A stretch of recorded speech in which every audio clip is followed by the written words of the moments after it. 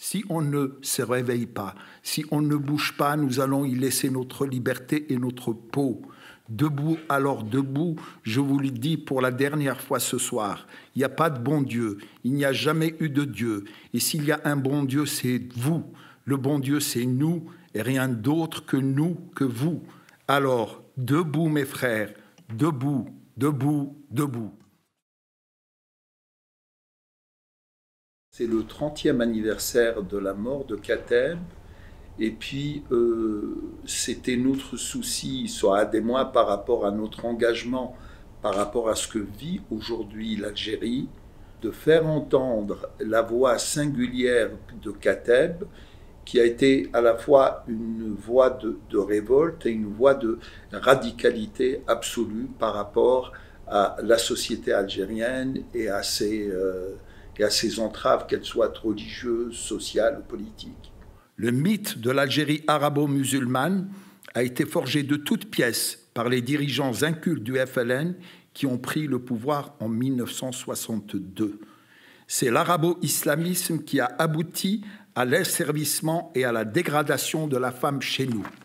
Comment se fait-il qu'un peuple qui a été dirigé par une femme, la Kahina, puisse aujourd'hui avoir une telle aversion, une telle peur, une telle haine envers les femmes? En Algérie, les martyrs, ce ne sont pas les morts. Non.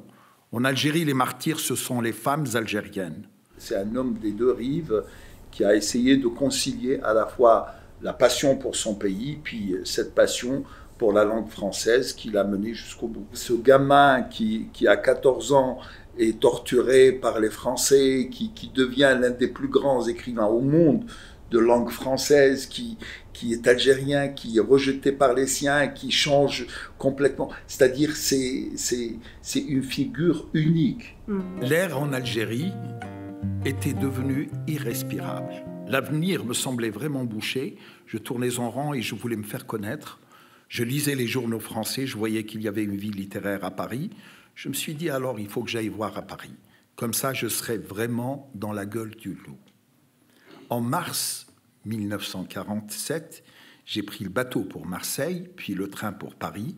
J'ai débarqué sur les quais de la gare de Lyon. J'avais 17 ans et 15 000 francs en poche, c'est-à-dire l'équivalent de 20 € aujourd'hui. Dès mon arrivée à Paris, je suis allé voir Louis Aragon au siège de la revue Les Lettres françaises. Aragon m'attendait en compagnie de Paul Éluard. Ces deux poètes étaient à mes yeux ce que l'Annapurna est pour un alpiniste. J'ai une chanson sur l'exil, d'autres chansons, toutes qui ont un rapport avec toutes les questions qu'on peut se poser par rapport à la vie, à la religion, à notre existence, pourquoi on vit. Je trouve que c'est tout ce questionnement, on le trouve dans les écrits de Katib Yassine. Ça a un sens pour moi de les chanter.